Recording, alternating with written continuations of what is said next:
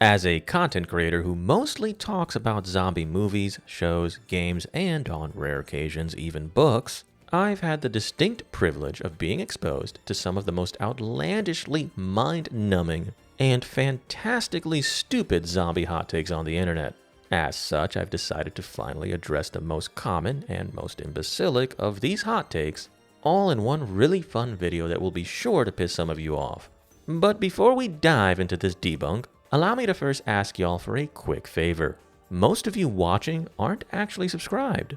If you're enjoying the content, hitting that subscribe and like button really helps the channel to grow and helps me to continue entertaining you. With that quick, cliche, and shameless plug out of the way, let's get the ball rolling on this exercise in rationality. Undead zombies shouldn't run.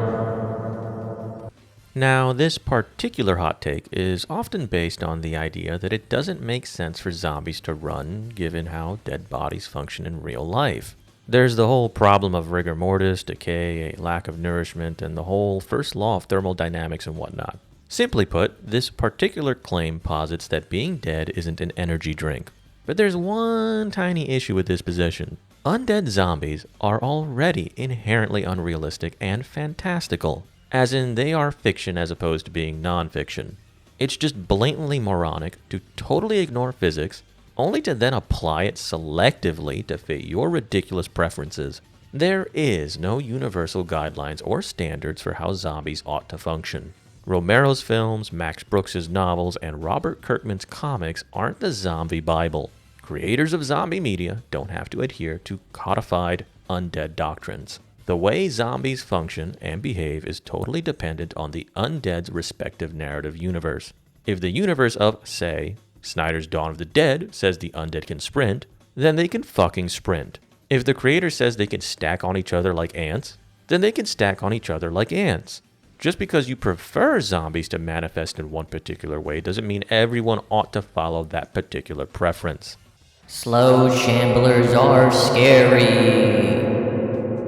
Now, this specific claim is often parroted by the Romero boomers and/or silly people who just want to sound like they're connoisseurs of the zombie genre. And yes, before you ask, this take is pretty damn bird-brained. Now, don't get me wrong, there are very selective ways to make slow shamblers scary. But these ad hoc variables have nothing to do with them being slow. As in, without these additional features, they really wouldn't be that scary. Like, say, making the zombie virus airborne, or treating the undead apocalypse like the wildfire virus or the Romero zombie outbreak, meaning that no matter how you die, so long as your brain is intact, you'll come back as a member of the other team. You know, it's that whole everyone is infected gimmick. And, most notably, you can make these slow Zeeks a bit more intelligent. Shit's all fun and games until Big Daddy shoots a gun. But even then, with the exception of an airborne virus, slow shamblers just aren't scary. They aren't dreadful either, as definitionally speaking, it's hard for them to truly create great suffering, fear, or unhappiness. They're just not the type to really create extremely bad or serious calamities without additional quirks. And I really don't see how anyone can see them as being creepy. Now, I've had some commenters explain to me that being surrounded by a horde of slow shamblers is like being stuck in a room where the walls are slowly closing in on you.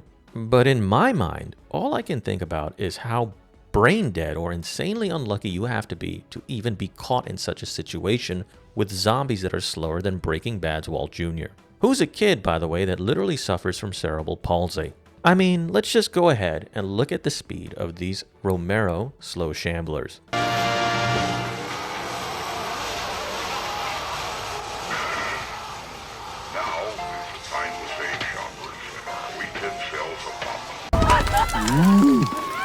Now let's go ahead and check out the fast shamblers of the early Walking Dead seasons.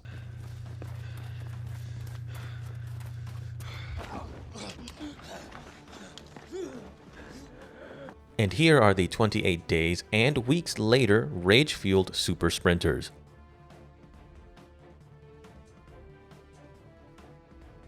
You can't seriously say the first example is actually scary, or dreadful, or even creepy. Stop it. Get some help. The slow shamblers are a joke without additional X-Factor abilities.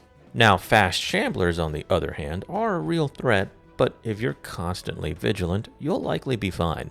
And sprinters? That's just fucking nightmare fuel. There's a reason why stories which feature slow shamblers often shift the focus away from the undead and to other violent human beings. There's also a reason why the greatest zombie comedy of all time featured slow shamblers. It's because they're inherently unserious, at least from the perspective of horror. They'll just decompose, bro.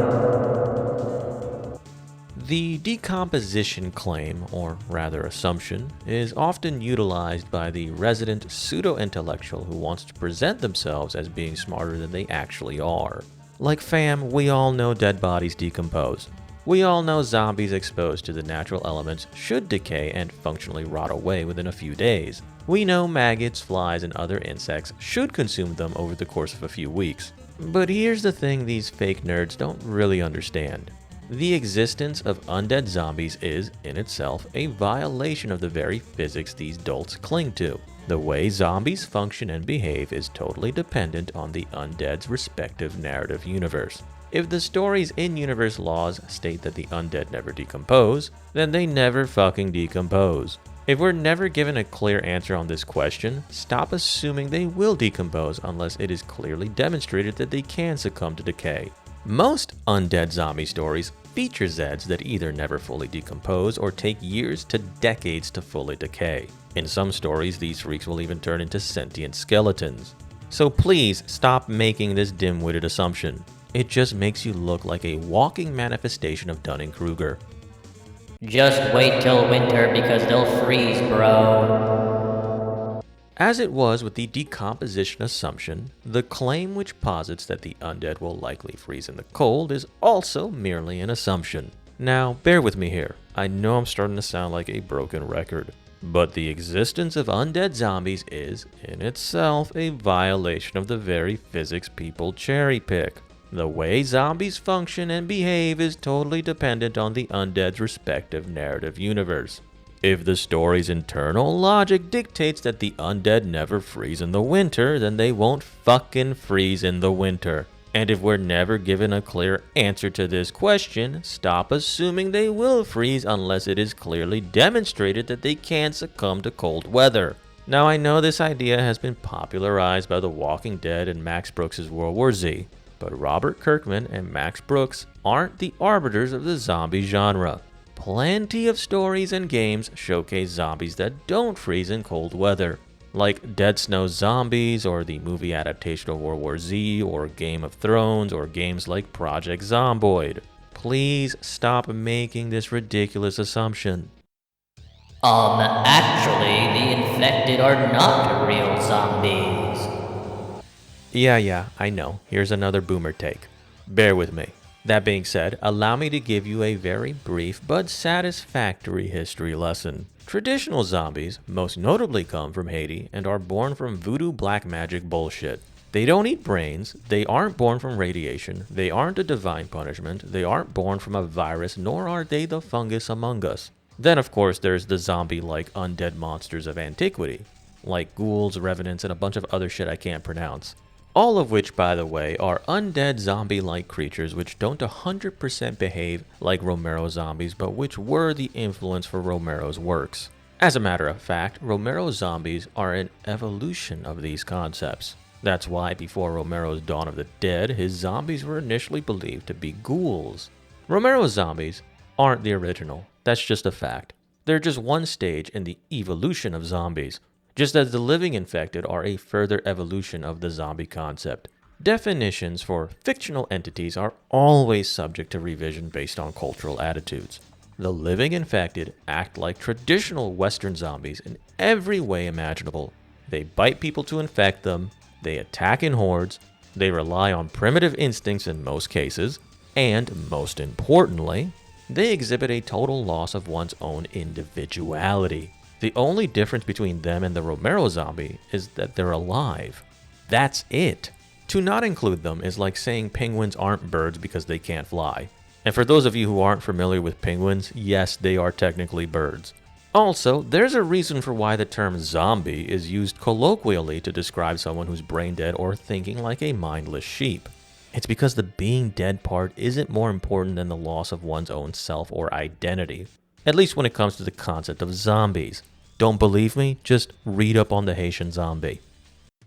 The military would handle it overnight. So when it comes to the military, and specifically the US military, as it's the most powerful military on Earth, the notion that this military can just low diff a zombie apocalypse overnight is often a claim born from a misunderstanding of how modern militaries actually operate. That being said, it really does depend on the type of zombie outbreak in question. If the zombies are born from an airborne pathogen, or if their uprising happens everywhere at once, and or if the zombies are sprinters or worse, then the military just isn't going to clap them overnight. The military isn't designed to rapidly deploy against a homegrown and external threat that simultaneously assaults every city in the country, along with every military base. The loss of critical military personnel and the rise in civil unrest would lead to communications failures, reduced coordination and situational awareness, logistical bottlenecks, and the complete collapse of supply lines.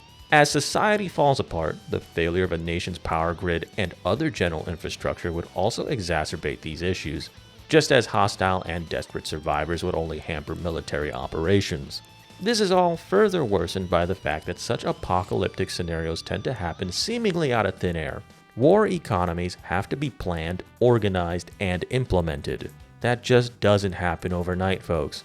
The military just isn't guaranteed to crush a zombie uprising. It really does depend on the zombies. Now, yeah, the military is often downplayed and nerfed in many zombie stories, no doubt. But let's be real here, the military is also overhyped by the zombie community overall. Herb der America got many guns. Apocalypse will be easy.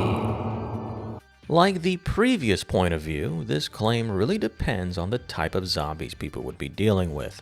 If the zombie contagion is airborne, or if everyone is basically infected like in The Walking Dead, and or if the zombies are super sprinters or worse, then America having a ton of guns would only exacerbate issues. Why, you may ask?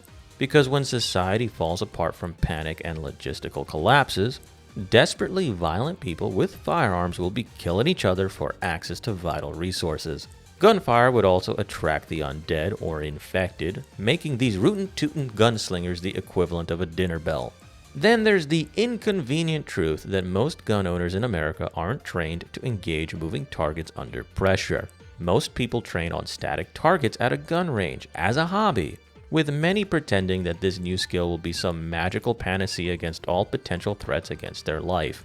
Most will never train to reload under pressure, to reload on the move, to quickly clear a jam, to quickly unholster their weapon, nor will most ever come to understand the 21-foot rule often taught to law enforcement officers. You see, the Tooler drill is a firearms training exercise that basically showcases that, in most situations, an armed, knife-wielding maniac can cover 21 feet within 1.5 seconds, which is roughly about the same amount of time it takes a trained cop to recognize a threat, draw their weapon, and accurately fire a round. Most people aren't trained for this, so most people would need more than 21 feet for a proper engagement range. Good luck doing that against a horde of sprinters. Oh, and keep in mind, this is a shooting drill that involves officers shooting at center mass. Great against living infected, but useless against anything more durable than a person or any zombie that can only be killed via headshot. Long story short, if you think merely having guns will keep you safe, and if you're the typical American who is overweight or obese with piss poor cardio, having a gun ain't gonna save you. And having multiple guns won't mean shit if it's just you and your family.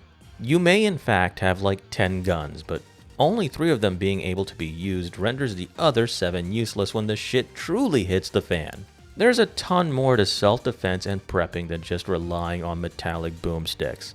I mean, yeah, that shit sure helps, but if you're not proficient, it won't really improve your odds of survival.